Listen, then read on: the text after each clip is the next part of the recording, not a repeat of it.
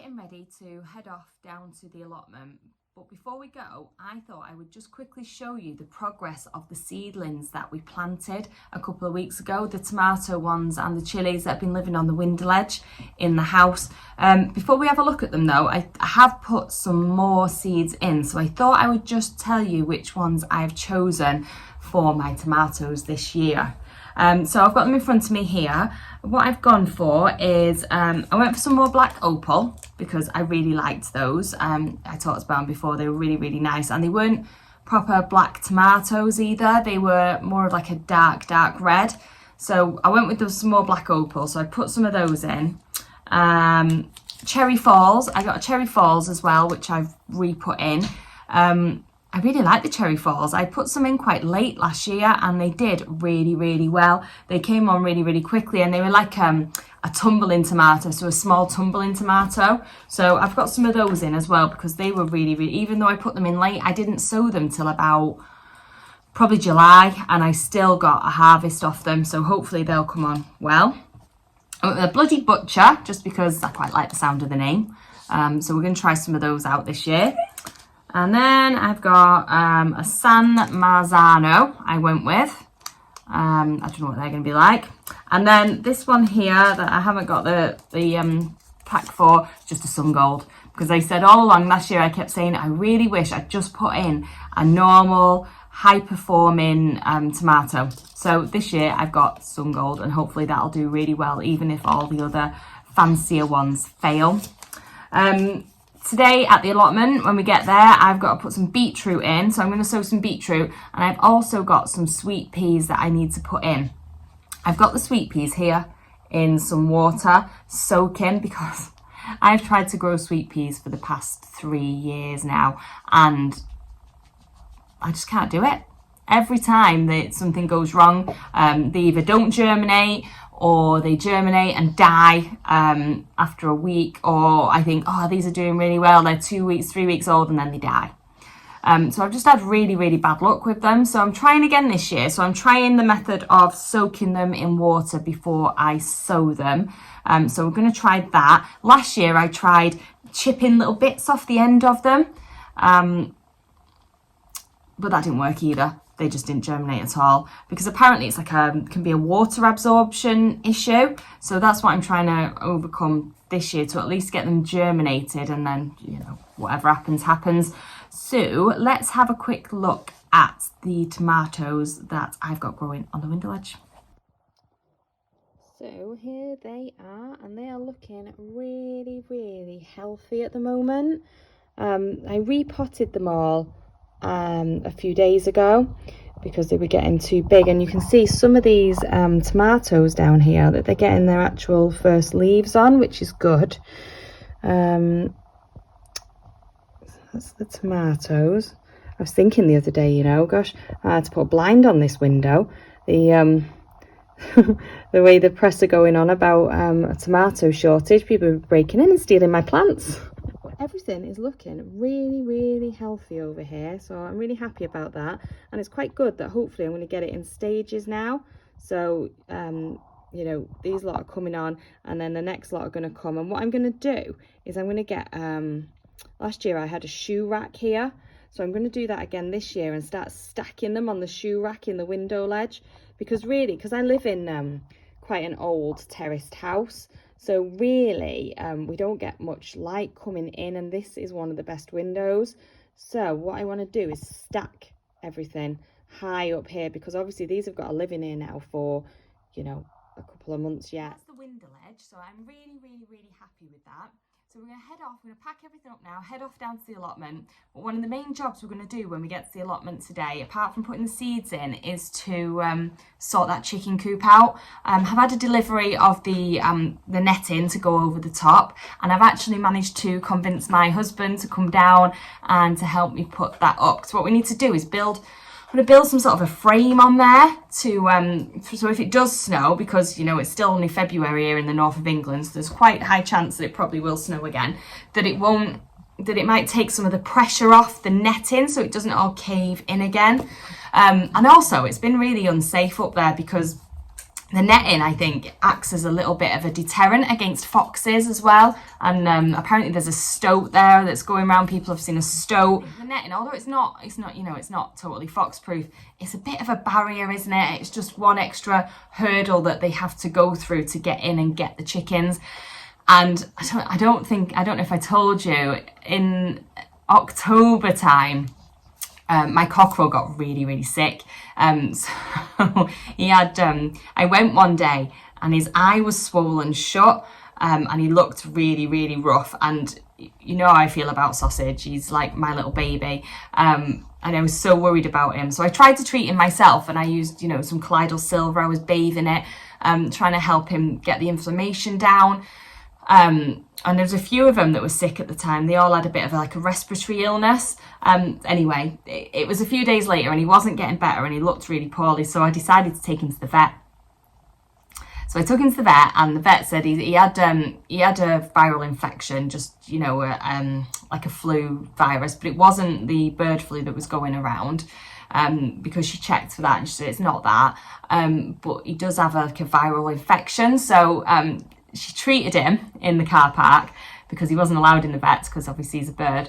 So she did all this like sinus drainage on him, and she said that because he smelt by that point really, really bad, and she said the smell is a secondary bacterial infection that's set in. So she gave him some antibiotics, and then she gave me this nebulizer, and she said you need to put him in a nebulizer, like put him in a cage and put the nebulizer on and nebulize him 3 times a day with it going in the cage, because it'll help his whole respiratory tract to the inflammation to come down. So then he, you know, his eye will stop being swollen and he'll be all right. So anyway, this vet's trip cost me £150. So this cockerel is worth so much money. And then on the way home, I had to ring my husband and say, told him I took the cockerel to the vets in the first place, right, which he was really unhappy about. Told him how much it cost, which he was really, really unhappy about. And then I told him I had to bring the cockerel home to live in the house and nebulize him 3 times a day. And I think it was about that point where he said to me, Kerry, if you bring that cockerel to our house, we are getting a divorce. It is not happening. We are not having a cockerel living in our house. It's too noisy. It's too loud. The neighbours are going to go mad. If that cockerel comes in this house, I am divorcing you. Funny now, wasn't at the time. So, but I had to bring the cockerel home because to nebulize him, I had to plug the nebulizer had to be plugged in. It was electric. I've got no electric at the allotment, so I risked it. Brought the cockerel home. It's not divorced me yet. You never know, maybe it's on the cards. But he was really unhappy about the whole situation. But anyway, cockerel got better. He was only here for a few days, and he's better and he's fine now. But if moral of the story, if a fox gets in and eats that cockerel, it's the most expensive cockerel around here, I think. So I have to make sure that he doesn't get eaten, because after all that money at the vets and all that time and effort I put into getting him better, I'd be devastated if anything happened to him. So we're going to get the netting up today as well. Which is going to be quite a big job to get that over there. So let's get everything packed up and we'll get down the allotment and we'll get on with it. Right, so we're back at the allotment now. Dan's just putting up the support beams. So I thought I'd nip in here before he starts shouting at me to do everything. I get these beetroot in really quickly. Now I did say I was going to put beetroot and sweet pea in, but actually I've left the sweet pea at home. It was soaking and I rushed to leave, we left it at home. So never mind, we'll do that during the week. So what I thought I'd do is I put the beetroot in first. Now I'm going to do some bolt hardy beetroot, and I think I'm going to multi-sow it. Last year I did multi-sowing, and you know, I wasn't that impressed with it. I did find that when they were all together in big clumps growing, that it just gave the slugs something to aim for. And so the first ones I pulled up were fine from the multi-sowing, but the subsequent ones after that, they had holes in, quite a lot of holes. They'd been eaten right through, and a lot of them there wasn't really anything that I could cut off them. And they weren't great compared to the ones that I just direct sowed into the ground later in the season. They were much better, even though they were growing quite close together. But because it's so early in the season and I want to get these ones started, I'm going to start with these in a multi-sown group. I'll plant some of them in different beds this year and step up my slug control, and then again later in the year as I start subsequent plantings of them, I'll probably just do them, just whack them straight in the ground with a little bit of space in between them. I always say, yeah, I'll come along and I'll prick out those ones that, you know, and space them out, but in reality I know that it's alright to say that now, but when it gets to June, July, and everything's crazy and I don't really have enough time to do everything, I know I won't do it. So what will be, won't it? Right, so multi-sowing these. So I'm going to go for about 4 maybe in each tray for now. And you know, I'll probably take these home with me as well to germinate,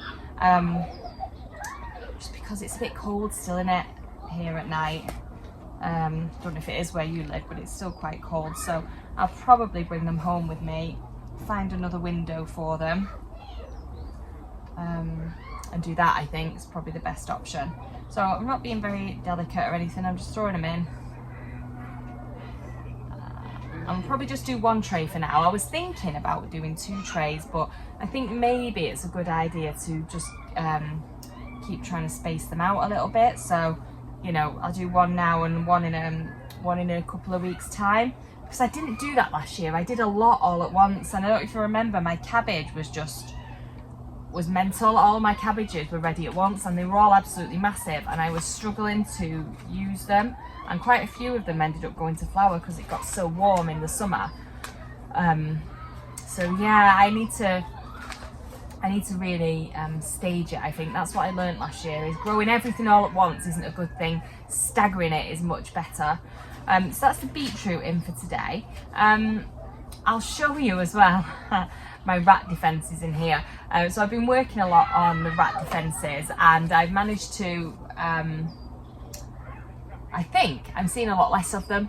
So I'll show you what we've got down, but if anybody was expecting to see any of those lovely purple broad beans that I planted last week, don't be expecting to see them because they got eaten. I had them all covered up, didn't I? We covered them all up all nicely, and I thought that'll do it. Turns out the rats just knocked all the covers out the way and just had a feast one night when I came in about 3 or 4 days later. So I've been in every morning, coming in, checking, making sure my little beans were all right. And yeah, one morning I came in and they just trashed, and obviously had a party and ate all the beans in the night. So there's no purple broad beans this year, but luckily I did have more beans, so I've replanted them. Me and my daughter replanted them the other day, and put some heavy on them, and surrounded them with coffee and vinegar, and we've been leaving out peanut butter and bicarbonate of soda mixed together every night for them to eat. So apparently that works quite well, so I've been leaving that out. I've got chili all around, I've got chopped peppers everywhere, trying to keep them away from the beans, really. So I'll show you anyway. Let's have a look. I thought I just came across some red kitten that was just lying here, and do you know what? I loved this last year, this red kitten. It was a really, really nice early spinach, and it grew so well all the way through to probably from March to June. So do you know what I thought? I've got this other tray that I was going to put the bolt hardy in, so I'm going to throw the spinach in. It's called Red Kitten, and it was really nice. So I'm going to pop one of those there in each one as well, I think, and see if we can get some of those going as well. It might still be a little bit too early for it, but you never know. I'm sure I grew it about this time last year as well. So we'll put a couple of plants in each one. Might as well use them up.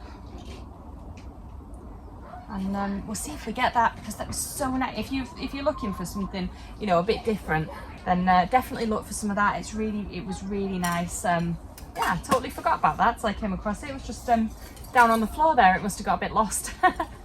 Right, let me show you my rat defences.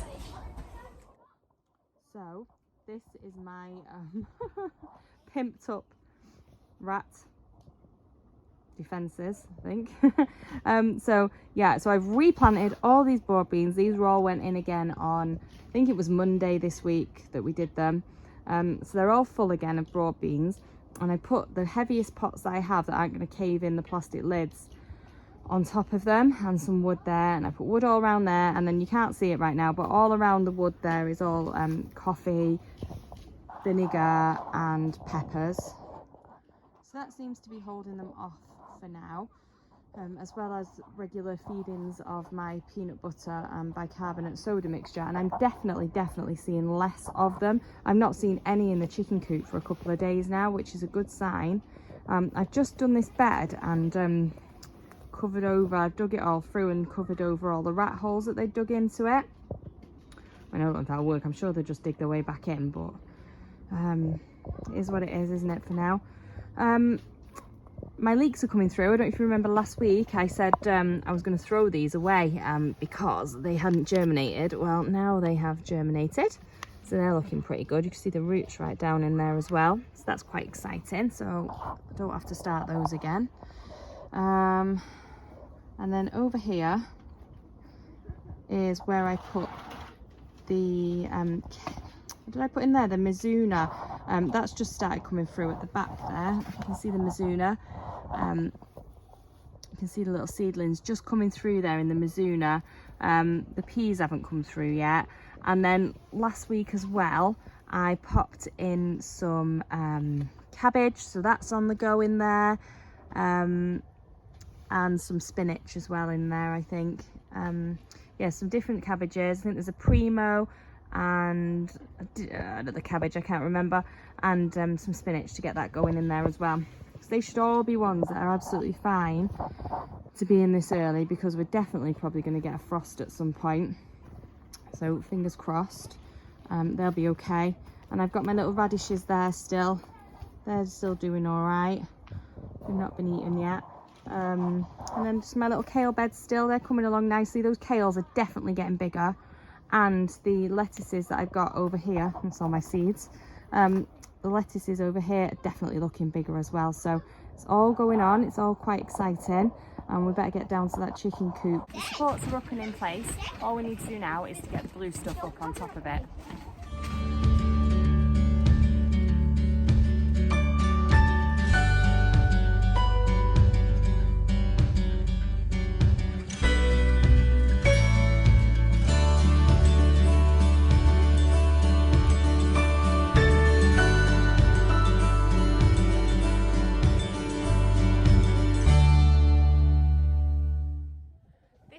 Finished, hopefully. Fingers crossed it is going to withstand the snow when it comes. But yeah, you can see it's all fully covered over now. Cable tied it on, and it's over the supports, so hopefully that's going to hold it.